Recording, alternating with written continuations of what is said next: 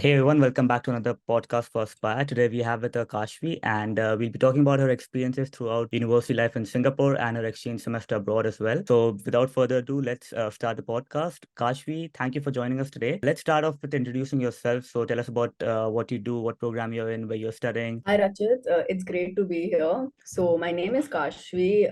For the ones who don't know, Rachit and I were childhood friends. We were in the same school back in India, and I'm studying right now in Singapore in this university called Singapore Management University, and my course is a Bachelor of Business Management. I specialize in marketing. And if I'm not mistaken, you also did a semester abroad, Kashvi, is that correct? Yeah, I did my semester abroad in Emory. And was that under the same program as you were doing in SMU, or was it like a different program or like a exchange for different stuff? SMU allows you to go for exchange and then you can apply to various universities around the world that SMU is affiliated with. Mm-hmm. So I gave my top seven and then it's in order of preference. And then if you don't get your first one, you get your second one. If you don't get your second one, you get your third one. So it was the same course. So it was under my BBM. My credits got transferred. So it's not, so it fulfills the purpose and you don't have to waste another term for exchange. Your credits are transferred. So in that sense, I feel I would recommend it to the people who want to have a different experience other than just purely Asian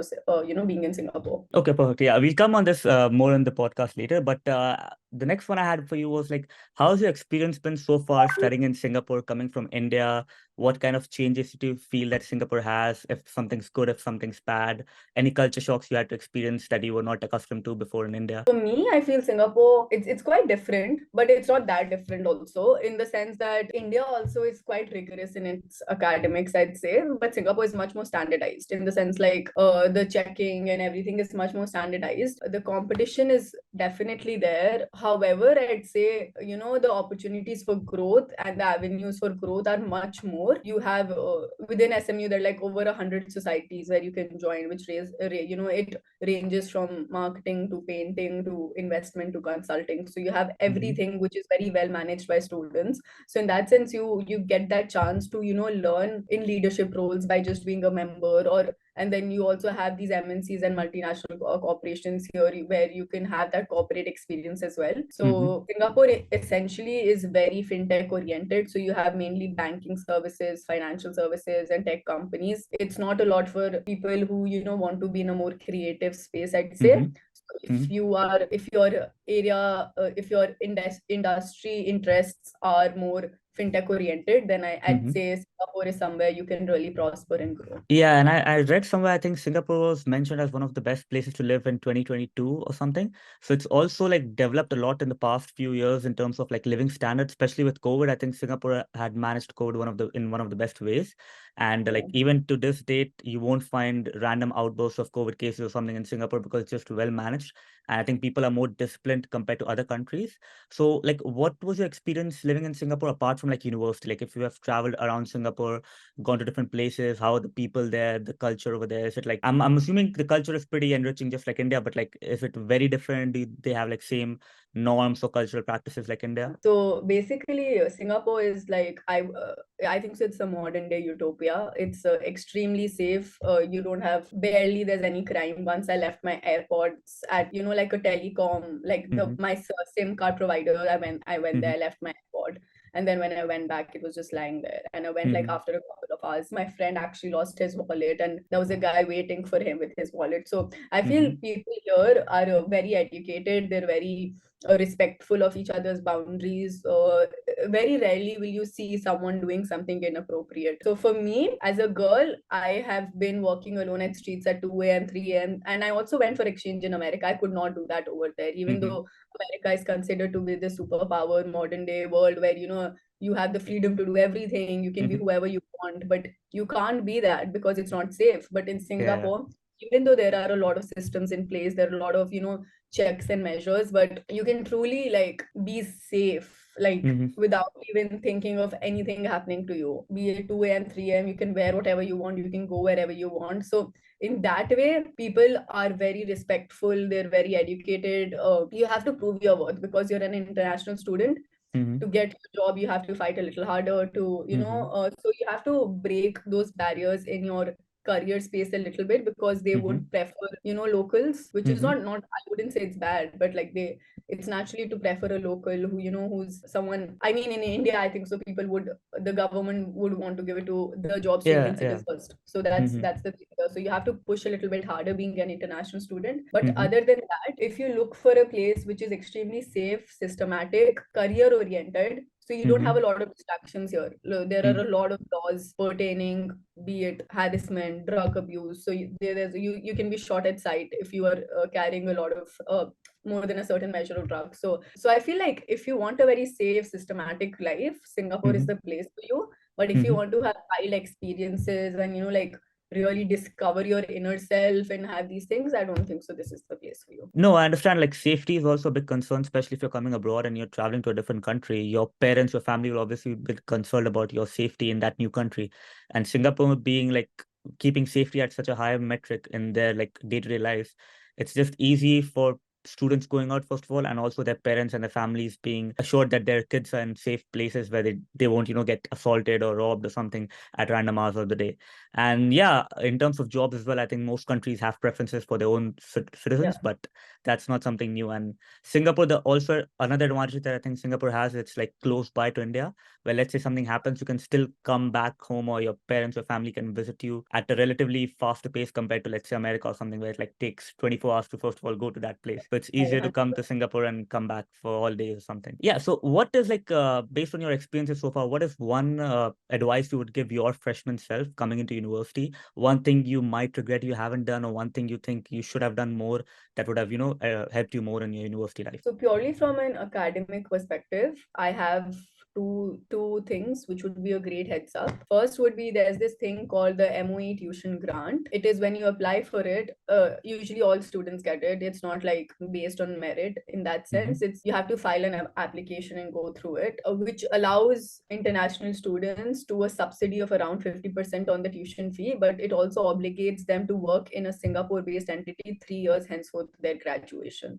Mm-hmm. So this MOE, the Ministry of Education online grant, tuition Mm-hmm. grant, is something that people, who want financial aid, people who probably want to work in Singapore, definitely want to work in Singapore. So it's a very smart way of saving money while doing what you want. The Mm-hmm. people who are doubtful, it's up to you to weigh the pros and cons, because if you want to break it off, you have to pay a certain interest amount, Mm-hmm. compounded annually on the unpaid amount, which was subsidized for you. So for the people who definitely want to work for a couple of years also, should Mm-hmm. definitely consider the MOE tuition grant. Some of my friends were personally unaware of it. So, and now they kind of regret it because they could save a huge amount of money, around Mm-hmm. 50, around like 50 lakh, which is Mm-hmm. a lot. So I feel Yeah, yeah. students should definitely take into consideration this and apply for it if they want. Mm-hmm. And the second would be SMU in particular. Mm-hmm. Not, I can't speak for all universities, but SMU in particular has this thing called boss bidding, in which Mm-hmm.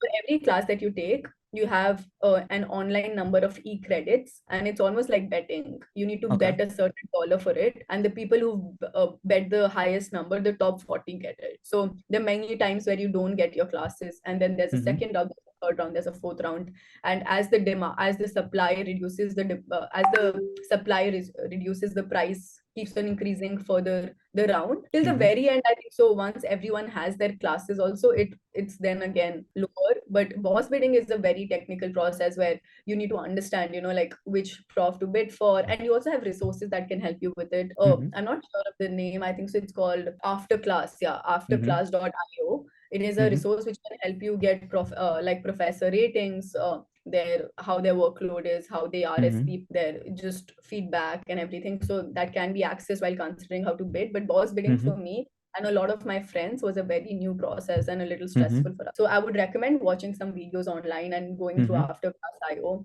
just to familiarize yourself with what bidding entails, because it Mm-hmm. otherwise it will come across as a shock. Oh my God, because we've never been used to, like Mm-hmm. bidding for classes.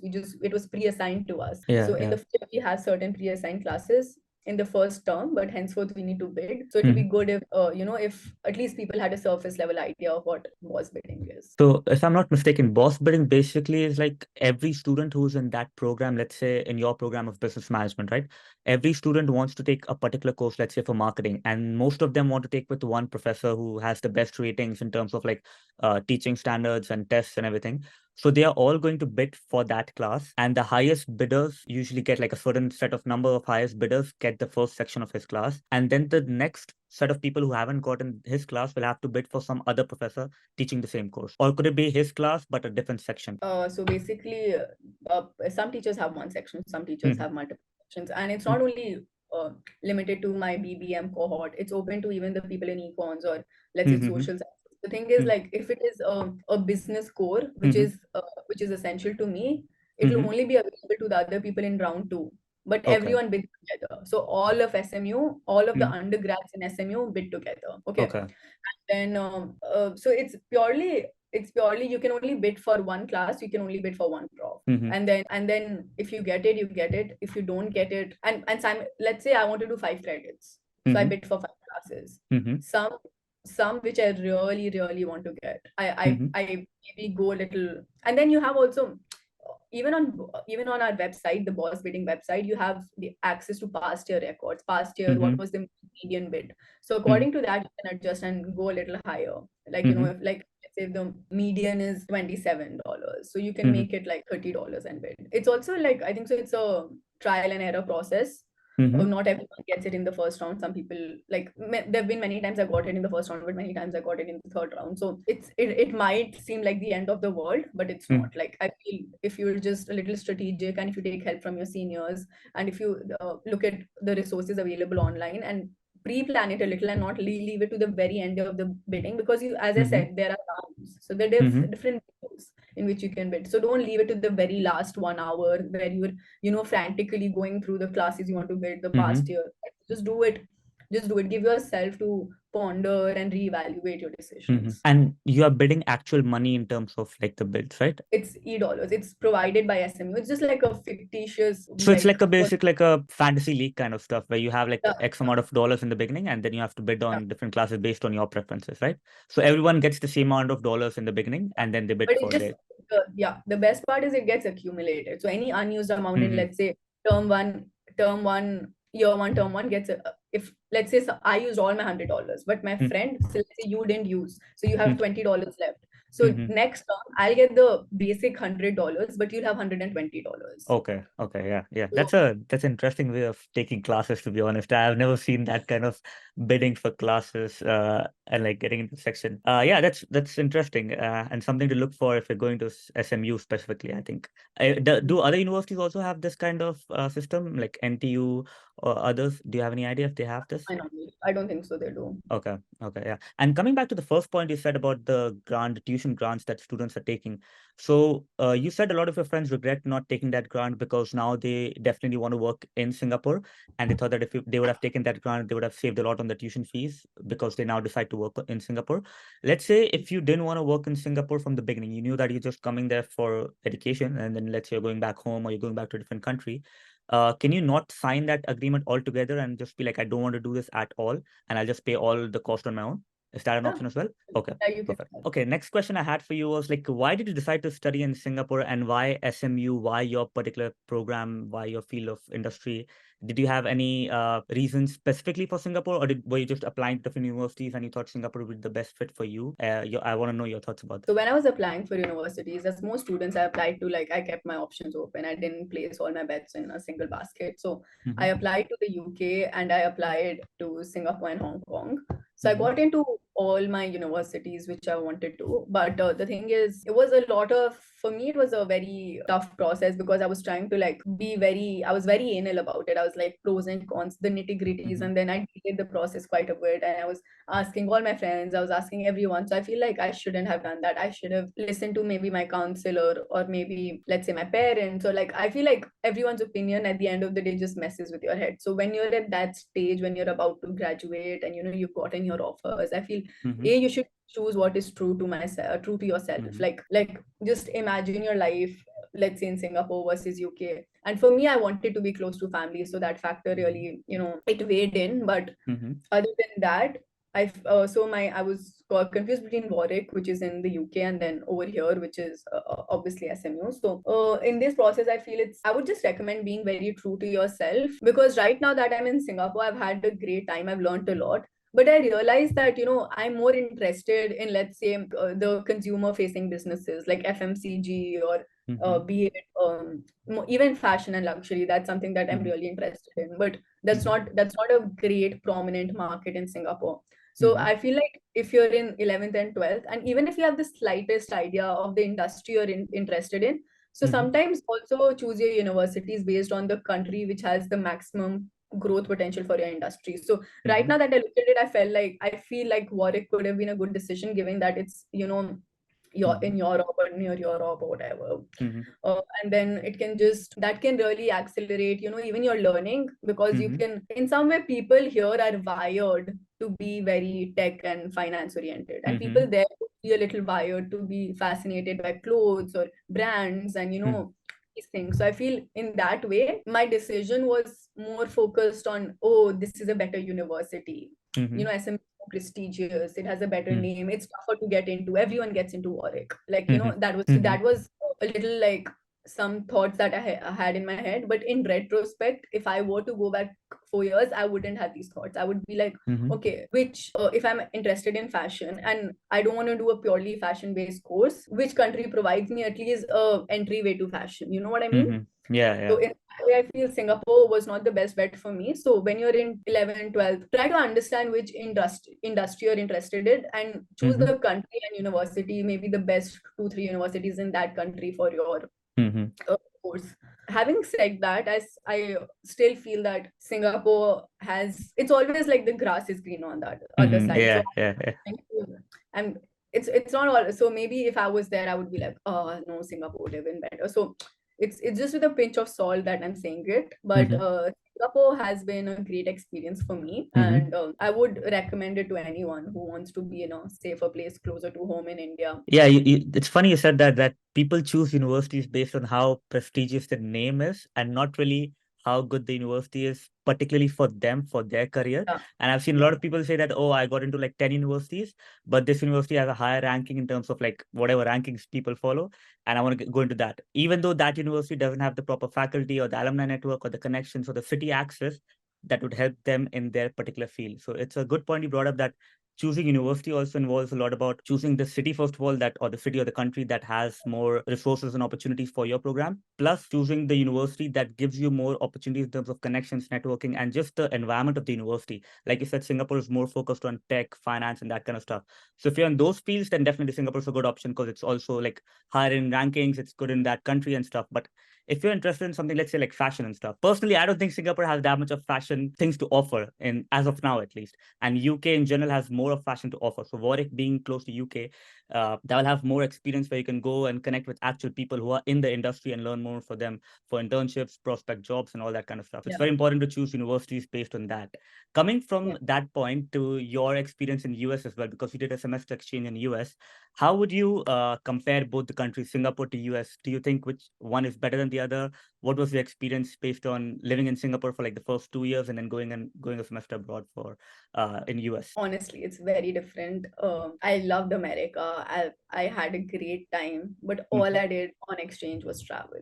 Okay. And I was pass and fail, so I didn't have to. So SMU students on exchange, they Mm-hmm. don't their grades are not, yeah, their GPA is not brought back. Their credits are counted. You get your one credit, but even if it's a 4.0 or a 3.0, it's invalid till the time you Mm-hmm. pass. So you just have to pass. It's Okay. not a motivating factor, but I'd Mm-hmm. say you still study, but Mm-hmm. you can have a lot of fun, you can chill. So for me, I went with a very different headspace in America Mm-hmm. altogether. So I had a lot of fun, but essentially the two countries are very different. America has a very free flow learning approach in the Mm-hmm. university itself, where it's like, it's not like, oh, professor and student. It's like professor and student, they're at the same level. Mm-hmm. You can say something, and then you really personal experiences are much more vocal, and I think so spoken about in America. And Mm-hmm. students also, I feel, are much more approachable. In Singapore, the locals, it's a little tough to gel in with them. So Mm-hmm. Singaporeans in themselves, as everyone, I think so, you tend to stick to your clan in some way. Mm-hmm. But to break that barrier, I feel is easier in America. Mm-hmm. Because I feel like they have people from everywhere. Yeah. In Singapore, you only have Asians. So Mm-hmm. be mindful of that when you choose Singapore. You cannot expect to have Americans or Europeans or such people over here. It's just like people from Thailand, Vietnam, Philippines. So it's mainly dominant of Southeast Asia. And the good thing is such people are very career oriented and that is where you become more career oriented. And but in America, I feel there is a mixed bunch of people, where some people are, like much more outgoing, social, some people are into themselves. So I feel like you get the entire experience in America. So in terms of exposure, there's no comparison, but it's what you weigh in more, I'd say. So if you weigh in, let's say, having a safe, secure environment, just being focused on your career, doing an internship every summer, you don't really care about, let's say, going crazy on like parties or traveling intensively. You can travel, but it's like you'll have to take a visa for every place. It's in Singapore is a country in itself, so every other country you go to, you have to apply for a visa. But in America, I feel like it's like the world is yours. So it's very different. It's what you want out of your university life. I felt that I learned a lot in America. It taught me a lot. Meeting people of every kind, like people from all nationalities all over the world. It really, and it's also more of a university experience. SMU is a city camp. I live in a city in the heart of Singapore, which I love absolutely. Like every day I can try something different. But there, because it's monotonous, you meet the same people, you form those connections. You kind of dig deep and learn more about them, and I really enjoyed that. And so that's the thing. When you're choosing a university, look at it. Just don't look at the name. Look at what it is. Like, is it a city campus? It is a proper campus. Is it in the city or country that I want? So just I would recommend not to go by the name. Like, obviously consider a good university. Don't go to a good university, but also look at every factor. Having lived in a university, having studied at a university which is in the heart of a city, and a university that's more of like a city built around a university like Emory, like it's not, I'm not assuming it's in like the main downtown of a city. It's more of like a city built around the university to sustain the university. Which one would you prefer more? Or if you have like a thing that you prefer kind of both, a mix of both, or you have one that you would prefer more now that you have studied in both places? Emory is, for the ones who don't know, it's in Georgia, Atlanta. It's near Atlanta. It's not that far. It's 20 minutes from the city of Atlanta. But it's still, again, a campus. So every time you have to take, and public transport. Okay, I have to get into that. Public transport in Singapore is the best. Like, if I don't sit on the train for 10 days, I want to sit on the train. So I miss it. That good. It's that clean. It's that systematic, air conditioned. You get the internet there, everything. But in Atlanta, I have not used the public transport. I used it once, and after that, I did not, because it's delayed, it's dirty, I think so, and that applies for all of America. I just wanted to say that. It's oh my God, okay. I was just venting out feelings. No, that's okay. I mean, compared to India as well, like public transport in India is not the cleanest or the safest. So you might think that coming from India, US, or Canada might be, a step up. But when you look at like Asian countries or like countries in the Middle East, their system of transport is like on a different level compared to US and Canada. Like even in Canada, I find like most transports are okay. They are cleaner than India, but they're still not clean enough.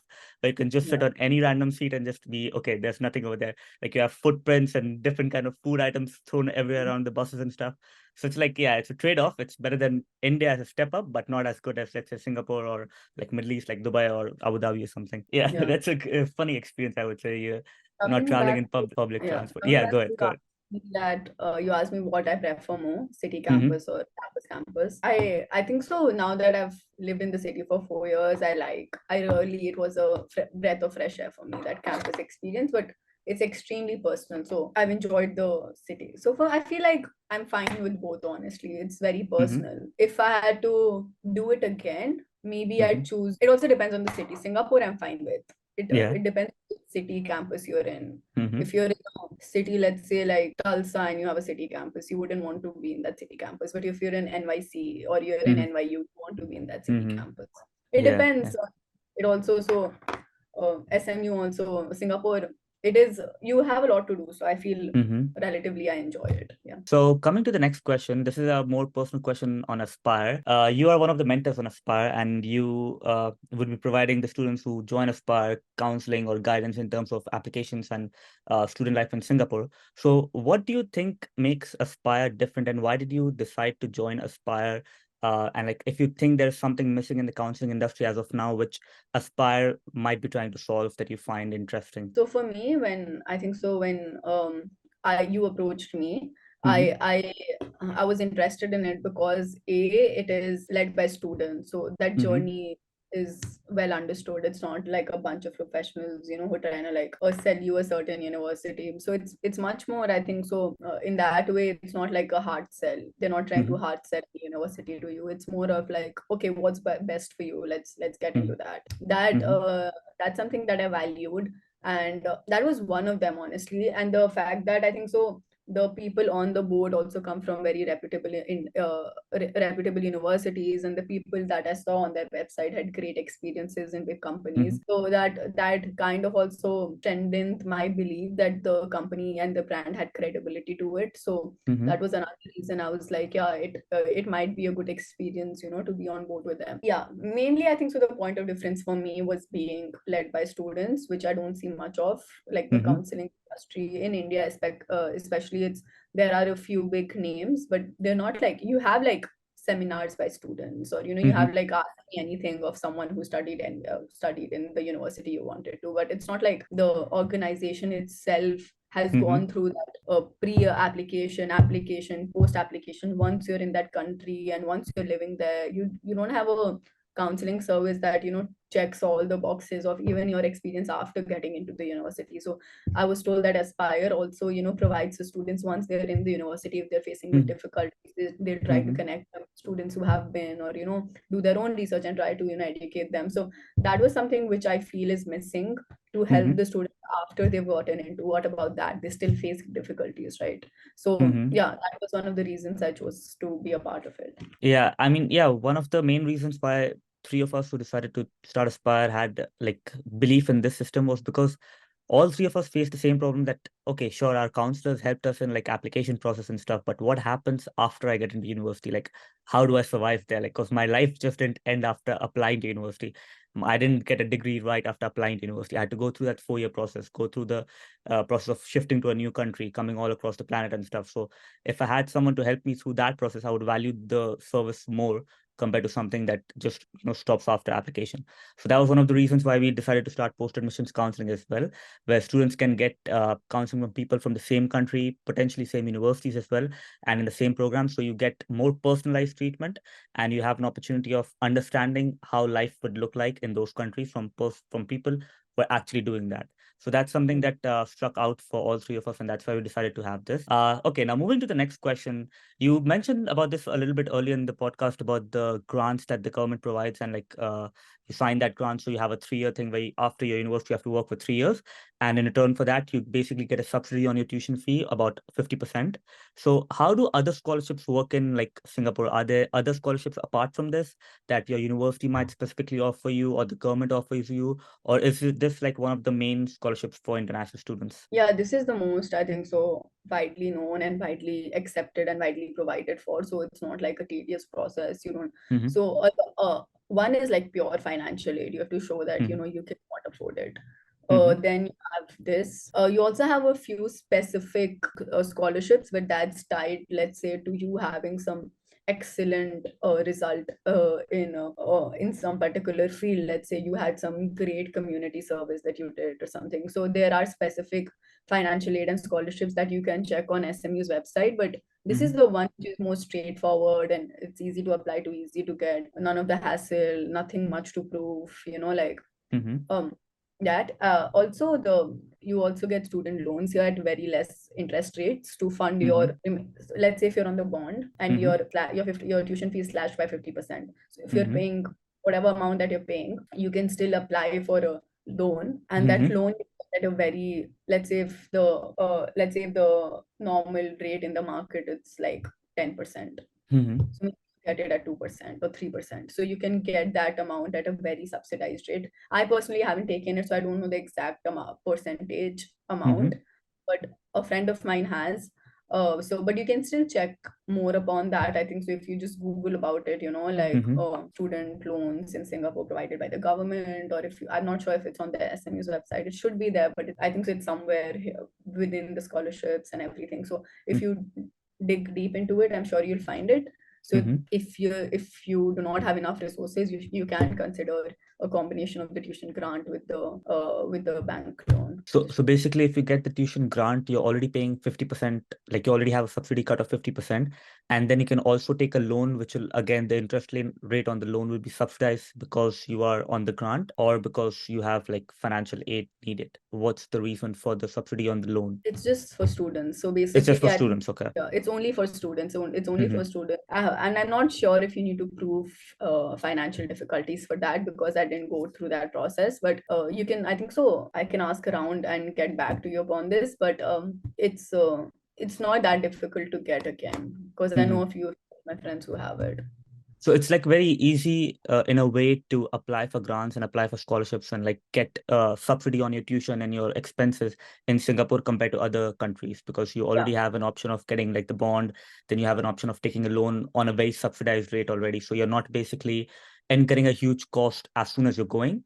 It's like divided and it's also very subsidized. So it's like a lower cost compared to other countries. Yeah, I'd say that if you take the grant, it Mm. becomes lower than other international venues like America or Canada, but the living expenses are insane because Okay. it's this with limited resources. The Mm-hmm. land you can't extend, it's an island. You can't make the city bigger, you can't make the country bigger. So you have a Mm-hmm. limited scarce resource, which is land. Because of that, so SMU has a hostel which can only accommodate up to 200 to 300 people. And Okay. that only is catered, and you have, let's say, if you have 5,000 students, where do the rest Mm-hmm. go? If you have 3,000 international students, you Mm-hmm. only cater to 10% of them.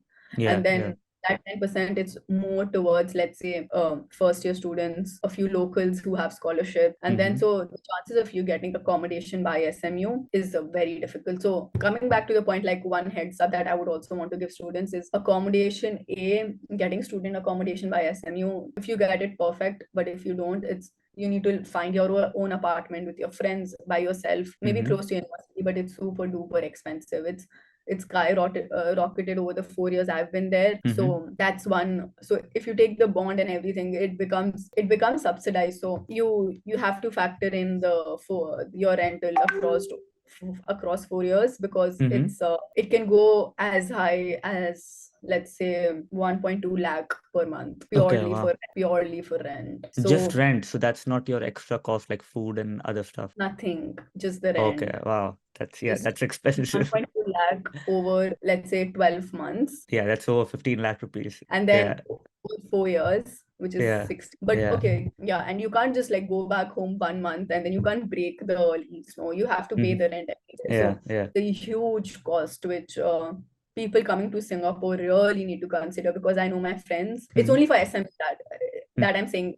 My friends in NTU, they pay around 20,000 to 30,000 per month to live, and we Okay. pay 20,000. So So why is there this big a difference in like both because university? we live in the city and they have a campus which is much far away from the heart Okay. of the city. So it's huge. It's like acres and acres of land, Mm-hmm. but the outskirts of Singapore, it's Mm-hmm. almost Malaysia. It's very Okay.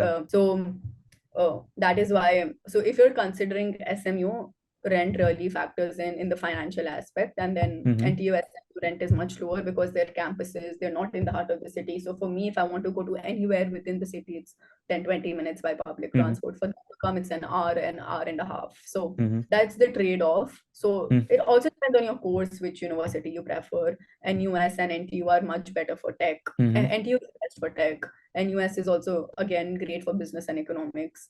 And Mm-hmm. SMU again also very great for business and economics. So, is there like a suggestion you would give students coming in where they can find housing for cheaper price, or is this like a very standard pricing nowadays, especially after COVID, that the prices have skyrocketed in almost all countries, that you would be expecting around like 1 lakh rupees per month for rent in terms of living in the heart of the city for SMU, or are there still ways where you can, let's say, share a room or do something which the like tenants and all are allowed to do, which can reduce your rent cost? You can find like an apartment with friends. So there are like once you come here, you'll know there are 4 or 5 areas that are more student dense, like Mm-hmm. this one building or two buildings where there are a lot of students, and then Mm-hmm. the again, little far from SMU, 1, 2 buildings where there are a lot of students. So Mm-hmm. usually, and there are also options of co-living, which is like, like these agencies which have rented these apartments and then they just rent it out to working people and students, expats mainly, who Mm-hmm. want accommodation. So you can consider that as well. But all of it in general is roughly the same price till the time you go and live a little far from the university, because SMU in itself is very central. That is why the Mm-hmm. price are high. So if SMU was also within Singapore, but let's say a location which is not this central, the prices Mm-hmm. would have lower. So according to your budget, you can choose to share a room, but Mm-hmm. again with your friend. So I have many friends like who live in a 3 BHK, but they're 6 girls, so they're all Okay. sharing. So then it becomes rather than 1,20,000 per person or 1 lakh per Yeah. person, it becomes 50,000 per person. But then you Mm-hmm. have to share a room, so Mm-hmm. it's also very personal. So I'm saying 1,20,000 for a single room for yourself with the shared washroom. But if you want to share a room, many people Mm-hmm. do that. Mm-hmm. Many people do that. And my first option would be always to apply for the residential The space provided. residentials. Okay. Yeah. And what would you say would be your extra overhead cost apart from rent per month, roughly for Singapore? Like if you're living in the heart of the city, I'm assuming you'll have to eat. If you don't cook every day, every meal, you'll have to eat outside. Yeah. Does SMU provide food options on campus which you can eat, or is it just like you have to go outside and eat? So SMU has food options within Mm-hmm. a campus. So Mm-hmm. one cool thing about SMU is that it's like 5 or 6 buildings for different, Mm-hmm. like one for business, law, tech, Mm-hmm. IS, and everything, and then all of it is connected underground. So when it's Okay. Singapore, there's a lot of rain. It rains a Mm-hmm. lot. You never really get, like, you can travel within the university all the time, and it's also connected by MRT, not the university, but Mm-hmm. like underground. If you want to go back to your home, you don't need to, like, if it's raining, you don't have to get wet. But what coming back to your question, I forgot the The food exact. options on campus and like your The food food option, expenses. you have food options. It can be for a vegetarian. I'm a vegetarian. So for a Mm-hmm. vegetarian, it can be a little tough on campus. I wouldn't say Mm-hmm. Singapore is a very tough place to be a vegetarian, because you have this place called Little India, where Little India, where you get everything. Like, it's more Mm-hmm. India than in India itself. It's very so Yeah. you have everything, like North Indian, South Indian, Andhra, every cuisine that you want. So you wouldn't crave or miss India or Indian food here, because you Mm-hmm. have a lot of similar culture influence here, Mm-hmm. especially the south of India. The food on campus for vegetarians can be a little tricky, because you'll get a salad or you'll get a pasta or you'll get a rice, but they don't have vegetarian protein options. You always have chicken, Mm-hmm. beef, or eggs, or Mm-hmm. so you get tofu, but not everywhere. You have Mm-hmm. sub. So I'd say it's fine on campus, but it can be for a vegetarian. You'll have to repeat the same things a lot. Mm-hmm. So Yeah. you can find like around the campus itself, you have like 2 to 3 malls where you Mm-hmm. have like good places to eat, a good decent meal be around. And so Singapore has this Mm-hmm. hawker culture, in which you have these hawker stalls where you Mm-hmm. get meals for as low as $2 to $3, and you get like these big bowls of soup with vegetables, and but it's usually always non-vegetarian. So it's being a vegetarian and going to a hawker center is not the best idea, other than, let's say, 1 or 2 hawker centers. So Mm-hmm. fooding as a vegetarian becomes slightly more expensive, purely because the supply is less. So you have very Mm-hmm. few options, and then there also, if you go, it's around, let's say, one meal would be around $12. Mm-hmm. Like a good decent meal, $12, $13, and it's around 60 rupees is $1 in Singapore. So Okay. 12 into Yeah. 60. That's So your one yeah. 700. Yeah, that's I think that's like the rough price for Canada as well, because Canadian dollar is also 60. And Yeah. actually, no, Canada is more expensive, I would say, because getting a decent vegetarian meal, I'm also vegetarian, so getting like a decent vegetarian meal where your stomach is filled would cost you around $15 to $20 on the minimum. Like if you get a Yeah. meal for $10, the only thing you can get for $10 is Subway. Yeah, apart from that, nothing is under $10. So everything is at least $15 to $20. So if you don't cook as a student, you'll have to eat a lot outside. But if you learn to cook like some stuff, I'm assuming like the houses in Singapore, like the places you live in, would have some form of kitchenette inside Yeah. the houses, so students can cook as well if they plan on cooking, Do right? you cook? I see a lot of I I do cooking. cook. Yeah, if you can see, I do cook. I just cook pasta for me and my roommate. So I have Uh, started cooking because eating outside became too expensive on the regular. So yeah, I also prefer cooking, but then during exam season or like, like mhm. phases where I don't want to like focus my energy into that. Yeah, I yeah. don't, you have to cook. Like Yeah, till, at one point, I think as international students, you'll want to cook because you want to save on that money. Because yeah, first, okay, even if you don't want to save on the money, even if let's say you have a lot of money, your stomach won't be that happy eating outside every day for 3, 4 years. So I'm yeah, assuming you'll start have to cook something yeah, to like calm yeah, your body down for a while. yeah. There are like a few good options here where you get rice bowls and salads at a good price. So, Hmm. but then again, how much will you eat of the same thing, Yeah, Yeah. yeah, no, definitely. Yeah, coming to the next question, overall comparing your entire experience of studying in Singapore, studying in US, traveling to these countries, traveling back home, coming again to Singapore, that also becomes tough at times. Would you say all of this makes it still worth it to study abroad or to study in Singapore specifically? I definitely say yes. So having the resources to study abroad, it's a privilege. So I think so we're Mm-hmm. all extremely grateful in the sense that if there's people who funded themselves or like most of us, our parents have funded us. Mm-hmm. So for us, it comes with the sense of responsibility that coming here, I think so we should make the most of it. So Mm-hmm. I say it's been a great experience.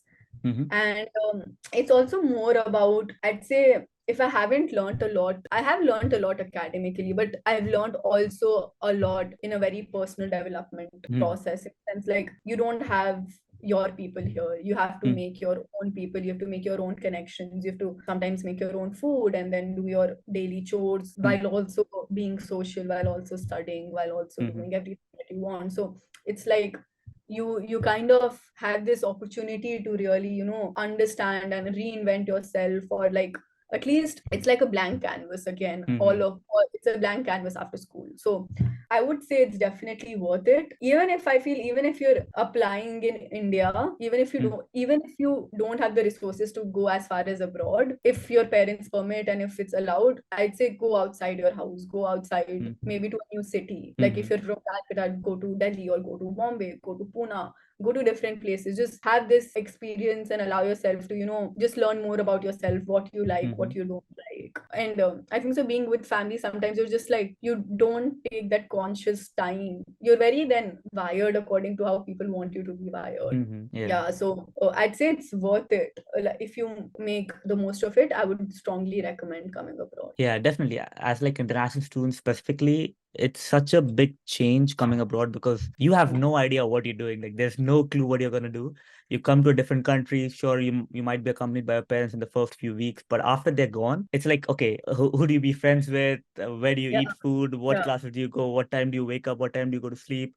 Do you go outside? Do you not go outside? Do you apply for this? Do you don't apply for this? All those variables teaches you a lot about what your parents would have gone through in a different way when they were mm, building their life, and you gain a sense of respect for them first, and then also a sense of respect for any student or anyone who's trying to build a career or build something out of it, that it is not that easy as social media might show that, okay, you can do this and it's so easy, it's like a step by step. There's a lot of variables that it won't show, which students can only get to know, and they can be prepared for that beforehand so that they don't face the same challenges that, let's say, you would have faced. Like if you are an elder yeah, sister, you're an elder sister, right? So if your brother is coming to, let's say, abroad, let's say Singapore, you wouldn't want him to face the same problems you face. So like growing up and facing these problems or these challenges in a way, like understanding how things work in a different country, understanding the cultural differences and everything would teach you a lot about how you can manage yourself no matter where you are. Let's say if today you had to shift from Singapore to UK or to US, you can still, that confidence in you that you can still go there and make something out of it because you've done it before. So that yeah, holistic development is, I think, more valuable compared to just your academic development. Because sure, you can do great even if you go to a basic school, even if you stay in the same city, if you go to the same college or something that most people are going to. But these extra skills would, I think, differentiate you from the rest of the crowd. And yeah, that's what I would say as well would make studying abroad worth it. Yeah, coming to the last thing, it was a wonderful podcast with you, Kashi. Do you have any closing remarks, anything you want to say to anyone planning to come abroad or anyone who, any experiences you would want to share at the end? I think just to sum it all up, it can be a very, I think so, a very stressful period when you're applying for universities, when you're trying to figure it all out and you feel like the odds are always against you. There's so many countries, there's so many possibilities.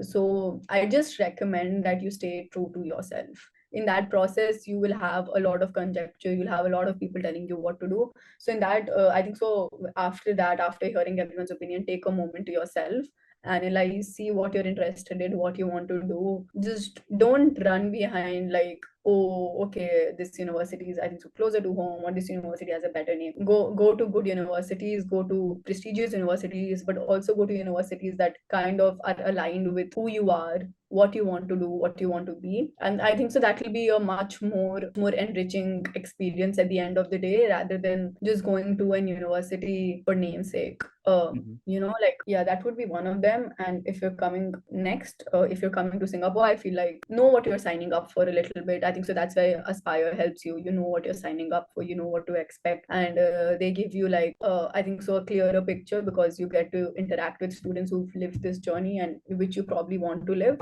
So that's why I think so it can be a very good match. It's a great initiative which will really help out students not face the obstacles that probably we did. Well, that's been the podcast for today. Thank you so much, Kashvi, for joining us for the podcast. And I'll link Kashvi's socials down below if you have any questions regarding studying in Singapore, or if you have any questions about Singapore in general. Make sure you reach out to her and she'll be happy to help you out. Or reach out to us at Aspire and we can connect you with her for an intro call, and then you can start taking sessions with her as well. Thank you so much for everyone who stayed today and joined for the podcast. And we'll see you again on the next one.